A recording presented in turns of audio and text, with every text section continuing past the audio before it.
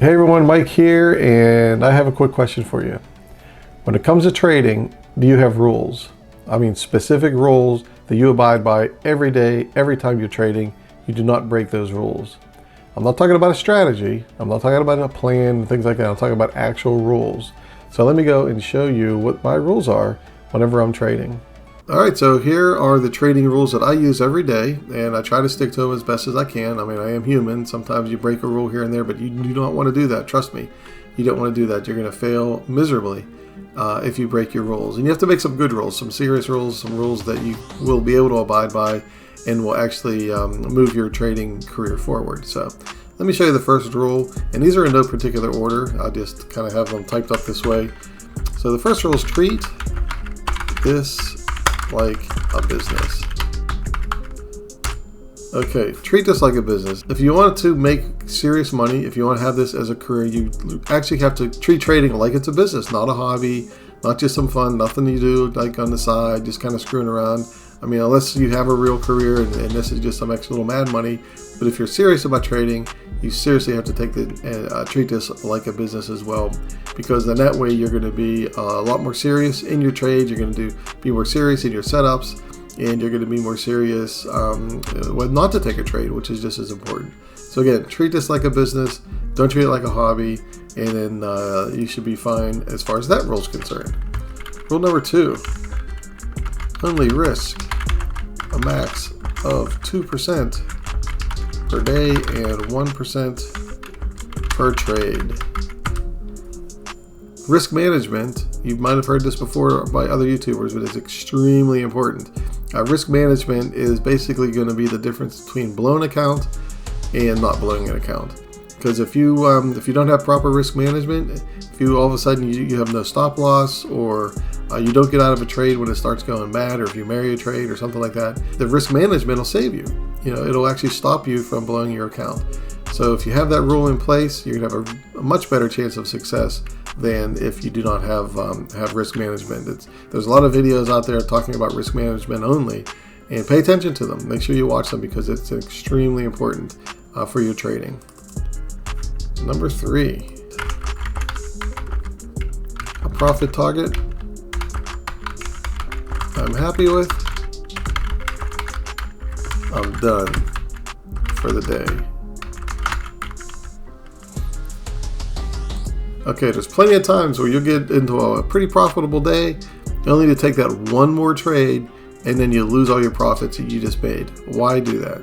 You know, if you make a certain profit, say your profit target is something simple like $100 a day, or $200 a day, or a certain percentage. You want to make, I want to make 2% a day or 1% per day. Once you hit that target, close your computer, shut it down, go on to the next day and make more money the next day. Don't keep trading and trading and trading, because eventually it's going to turn around and you're going to lose that profit that you just made and all that work that you just did. So hit the profit target you want to make, be done with it, and wait for the next day. Next rule: once I lose 2 trades in a row, I'm done for the day. Very important. Once I lose 2 trades in a row, I mean, it's going to be a bad day. Because I've done this before. I've lost 2 trades. Then here's what kicks in. I guarantee all of you done it. They start doing revenge trading. You're like, oh my God, I just lost those 2 trades. That $300, $400, $1,000. I got to make that back up again. I'm going to trade one more time. And guess what happens? Boom, you lose another one.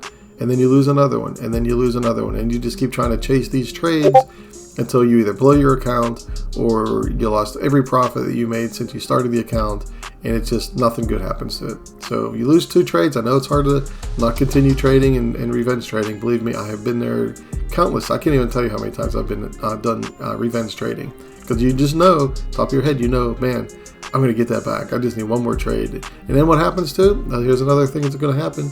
When you do this revenge trading to try to make up your losses, that's when you start adding more to your lot sizes. And all that does is just compound the problem of losing those 2 trades to begin with. So not only are you going to lose again, now you're going to lose even more because you made a lot size higher so you can make up for those trades that you lost. So just be done. There's always going to be another trading day. There's always going to be another time to trade. Just stop, and start the next day. Number 5, and I am very, very, very guilty of this one, is wait until the candle closes before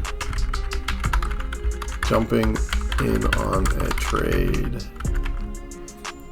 Okay, how many of you guys will sit and watch a 5-minute candle, but then you start seeing a lot of momentum with that 5-minute candle, and you jump in before the candle closes, and all of a sudden it turns into a giant wick, goes in the opposite direction, and boom, you're done. You lose that trade. Happens countless and countless times. Institutions, banks, they count on that.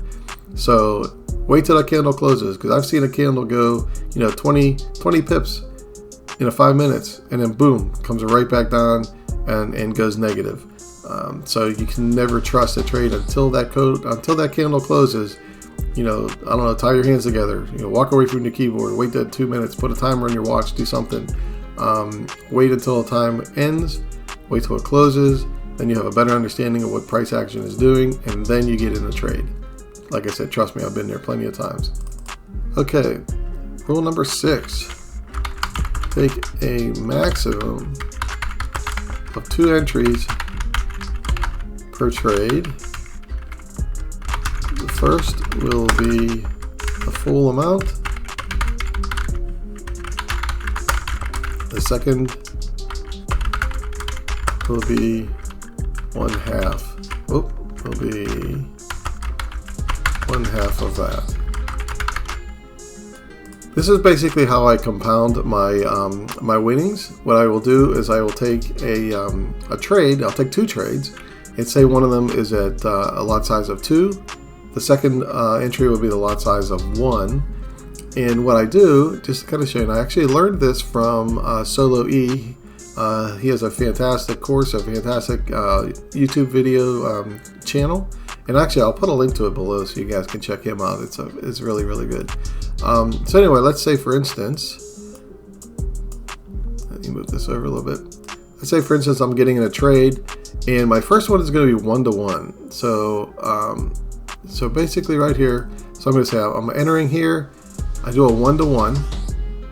So what I do is I will put a little trend line right where that 1-to-1 is going to be, and then my second entry is going to be up higher. And it could be next to some sort of price thing off to the left. It could be like a higher, just below a point of interest, just below a resistance zone, or something off to the left. For the most part, what I do is I take my first entry, make my stop loss at a 1-to-1, and then once the price goes up there and my first entry hits that 1-to-1, I got those profits locked in. What I'll do is my second entry, I'm going to bring the stop loss up to break even. So that second entry is now a risk-free trade. So if it goes up into my take profit of 2, boom! Now I got 2 entries, one at a full lot size and a second entry at a half lot size. So I'm basically making 1.5 times the amount. Or if, like I said, if that second entry comes down and it gets stopped out at break even, then I basically made the full amount on the first entry, which is why I do a larger lot size on the first one, because the first one's the cake, and the second entry is the icing on the cake. So that's how I compound my profits. So that's that rule. My last rule, and it's not even just my rule, it's actually a rule for a prop firm that I'm trying to pass, is do not trade during news. That's a real important one, for me at least. I know a lot of people that they trade just on the news because there's such high volatility that they can make a buttload of money in within seconds, honestly. But the prop firm the prop firm challenge that I'm doing now, they do not allow you to trade during the news or 2 minutes after the news. So I have to stop all my trading anyway. But as a general rule for me, even if I wasn't doing that, I would not trade during the news anyway, because for me, trading during the news, it's a 50-50 thing. I've seen the depending on what happens with the news, I've seen price spike up, 100 pips, and it drop right down to 100 pips, and it just bounces back and forth, and you have no idea what's going on. So I usually trade, I don't know, at least a half an hour after the news. By that time, the dust has settled, the effects of the news have happened, and you can get a clear understanding of what price action is going to do after that. So anyway, these are my 7 rules. Like I said, they're in no particular order, but these are the rules that I use anytime I trade. So there you have it. Those are my rules. Those are the ones that I use. Those are the ones that I stick by. And you can make up your own rules if you'd like, depending on your trading style. But you gotta have some kind of rules, and you gotta stick to those rules to make trading work and to have profitable days. So that's it for this video. If you liked it, please hit that subscribe button, hit that notification bell, and it'll tell you when I come up with new ones. And also smash that like button. YouTube loves the like button. It'll help the algorithm. So that's it for now, and I'll see you in the next video.